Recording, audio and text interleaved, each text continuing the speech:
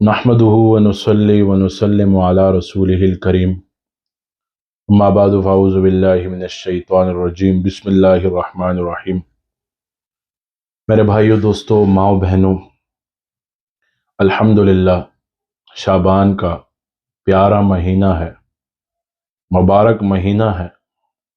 اس کے بعد رمضان کا مہینہ ہے، رمضان المبارک کا مہینہ ہے۔ میرے بھائیوں، دوستوں، ماؤں بہنوں، جب اللہ تعالیٰ ایک انسان پر فضل کرتا ہے، انعام کرتا ہے اور اس کے لیے بخشش کا ایک ذریعہ تلاش کرتا ہے، ایسے تو بخشش کے بہت ذرائع ہیں، لیکن جب کامل مغفرت کی ایک انسان کے لیے اللہ تعالیٰ راستہ بناتے ہیں تو اس کو تحفے میں رمضان کا مہینہ دیتے ہیں۔ اور شعبان کا مہینہ ہے، قیمتی مہینہ ہے۔ اس میں اکثر لوگ زکوٰۃ دیتے ہیں، صدقات دیتے ہیں۔ کچھ لوگ ایسے ہوتے ہیں راشن کے پیک تقسیم کرتے ہیں، کچھ لوگ ایسے ہوتے ہیں مختلف طریقوں سے صدقات اور یہ زکوٰۃ دیتے ہیں۔ میں آپ لوگوں کو چند معروضات پیش کرتا ہوں، چند گزارشات پیش کرتا ہوں۔ زکوٰۃ جو ہے گندا مال ہے، گندگی ہے۔ اب ایک حیثیت والا بندہ ہے، اس کو زکوٰۃ کا حکم دیا گیا، تم زکوٰۃ دو، 2.5% زکوٰۃ کا حکم ہے۔ اب ہم گنا ہوتا ہے، گنے کا جوس پیتے ہیں۔ عموماً آپ دیکھیں گنے کا جوس پئیں گے تو گنے کے جوس جب مشین سے نکالا جاتا ہے گنا گھسا کر تو اس کے اوپر رس آ جاتا ہے۔ چمچ سے وہ بندہ رس ہٹا لیتا ہے، جس سے ہم جوس خرید رہے ہیں یا ہم خود پی رہے ہیں، رس ہٹا کر صاف جوس پیتے ہیں۔ تو زکوٰۃ کے مال کی یہی حیثیت ہے جو گنے کے جوس کے اوپر گندگی آئی تھی۔ میرے پیارے بھائیوں، عزیزوں، ماؤں بہنوں، زکوٰۃ کس طریقے سے دی جائے؟ زکوٰۃ غریب کے گھر خود جا کر دی جائے۔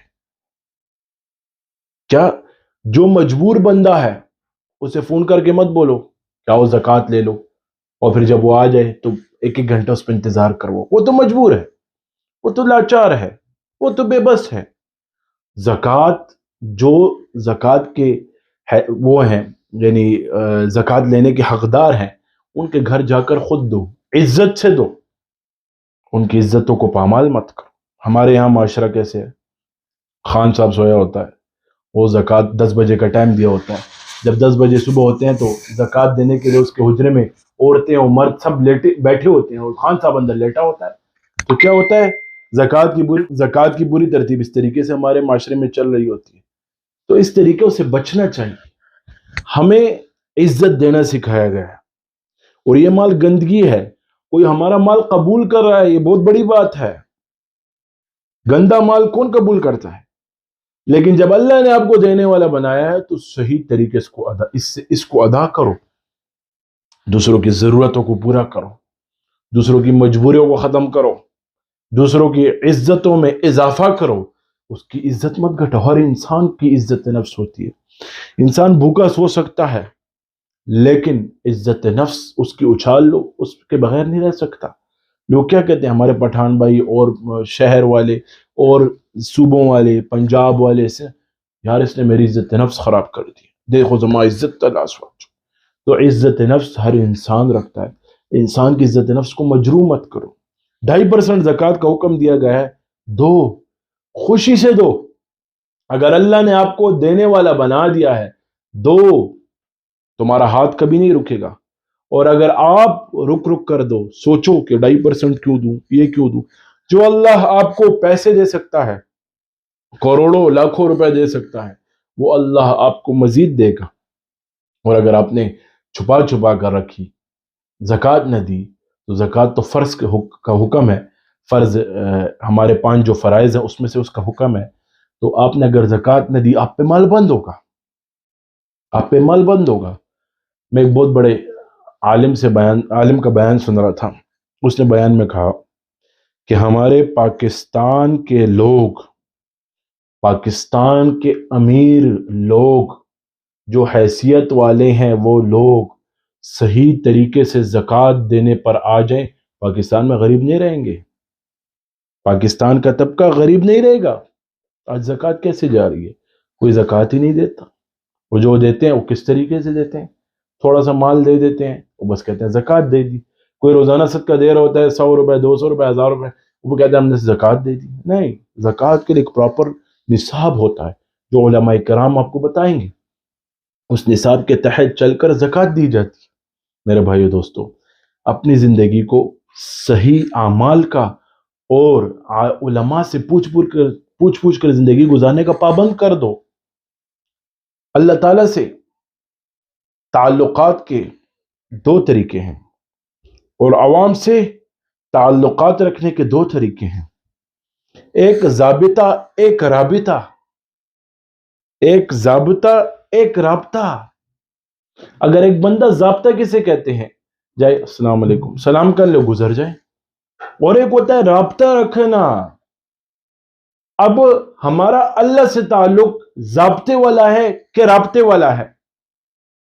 رابطے والا تعلق ایسا ہوتا ہے بندہ اس سے فون کرتا ہے، عوام کی بات کرو، دوستوں سے رابطہ جب ہو گپ شپ لگتی ہے۔ ابھی اللہ سے رابطہ کیسے رکھا جاتا ہے؟ اللہ سے رابطہ اس طریقے سے رکھا، اپنے مسائل سنائے جاتے ہیں، اللہ نے جو احکامات بتائے ہیں، زکوٰۃ کا حکم، نماز کا حکم، حج کا حکم، اسی طرح جو احکامات بتائے ہیں ہم اس پر عمل کریں، یہ رابطہ ہے۔ اور ضابطہ کیا ہے؟ نماز پڑھ لی بات ختم، دعا نہ کی، کبھی کر لی کبھی نہ کر لی، یہ ضابطے والا تعلق ہے۔ کبھی قرآن پڑھ لیا تو پڑھ لیا، کبھی نہ پڑھا تو نہ پڑھا، کبھی صدقہ دینے کا دل آیا تو دے دیا، کبھی نہ دل آیا تو نہ دے دیا، کبھی زکوٰۃ کا دل آیا تو دے دی، کبھی نہ آیا تو نہ۔ یہ ضابطہ ہے۔ رابطہ اس سے کہتے ہیں کہ اللہ رب العالمین سے اپنے تعلقات بنا لو اور مضبوط کر لو۔ اللہ کی طرف سے تعلق مضبوط ہے بندے کے ساتھ، بندہ غافل ہو جاتا ہے، تعلق کمزور کر لیتا ہے۔ تو اپنے تعلقات کو اللہ رب العالمین کی ذات سے کیسے مضبوط بنائے جائیں گے؟ کیسے؟ وجہ ہے نا، ہر چیز کی ایک سوال ہوتا ہے، کیسے بنائے جائیں گے؟ اللہ والوں کے صحبت میں آ کر بنائے جائیں گے۔ حلال حرام کی تمیز کیسے ہوگی؟ علماء کی صحبت میں، علماء سے پوچھ کر زندگی گزارے جائیں گے۔ اور دوسری بات سنیں، جب آپ کوئی مسئلہ سن لیا کریں تو آپ اس کو آگے بیان مت کیا کریں، جو عوام ہوتی ہے اگر اسے پورے صحیح طریقے سے سنا تو تب بیان کیا کریں۔ آدھا مسئلہ سن کر بیان کرنا یہ خسارہ ہے، یہ نقصان ہے، یہ غلطی ہے۔ اس کی وجہ کیا ہے؟ آدھا مسئلہ سن کر بیان کرنا، اگلا اس پر عمل کرتا ہے، پھر وہ آگے اوروں کو بیان کرتا ہے، اوروں کو بیان کرتا ہے۔ نہیں، علماء سے پوچھ کر زندگی گزارے، کیونکہ دین کا وارث علماء ہے، انبیاء کے وارث علماء ہے، دین ہمیں سکھاتے علماء ہے، اہل علم لوگ ہمیں دین سکھاتے ہیں۔ میرے بھائیو دوستو، زکوٰۃ کے بارے میں بات کی۔ زکوٰۃ کے حقدار لوگ کون ہیں؟ جن کے گھروں میں راشن نہیں جلتے۔ آج کل کے حالات کیسے ہیں؟ دیکھا جائے اپنے اہل و عیال میں پہلے دیکھا جائے کہ ایسا کون سا شخص ہے جو زکوٰۃ کا حقدار ہے، اس کو زکوٰۃ دی جائے، چھپ چھپا کر، عوام میں اور لوگوں میں بول کر نہیں، اس کی عزت نفس اچھال کر نہیں۔ پھر اگر وہاں سے آپ کی زکوٰۃ ہو جائے، پھر علاقے والوں میں دیکھو کہ کون غریب ہے، کون لاچار ہے، کون بے بس ہے، اس کو جا کر دو، عزت سے جا کر دو۔ میری تو التجا یہ ہے، اکثر لوگ راشن وہ کرتے ہیں، پیسے جا کر دے دو، راشن مت دو۔ ابھی وہ راشن جب بندہ دے دیتا ہے پھر وہ جاتے ہیں دکان سے، دکاندار کو راشن واپس دیتے ہیں، وہ آدھے پیسے سے لے لیتا ہے، یہ کیسے لے لیتا ہے؟ نہیں، آپ کا کام پیسے دینا ہے، یہ مت سوچو کہ وہ پیسوں پہ کیا کرتے ہیں۔ تمہارا کام زکوٰۃ دینا ہے، تمہارا کام یہ سوچنا نہیں ہے کہ تم یہ کرو وہ کرو، نہیں، تمہارا کام زکوٰۃ دے دو، تمہارا بات ختم، تمہاری زکوٰۃ ادا ہو گئی۔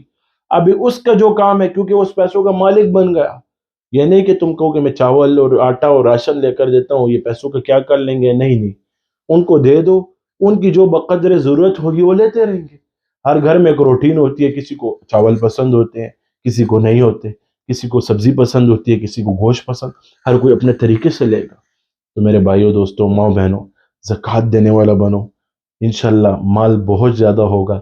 اللہ رب العالمین آپ لوگوں کی عمر میں، زندگی میں برکت عطا فرمائے، اور ہمیں اور آپ کو اہدنا الصراط المستقیم کے راستے پر چلنے والا بنا دے، اور ہمیں اپنے مالوں سے اللہ کی راہ میں تقسیم کرنے والا بنا دے۔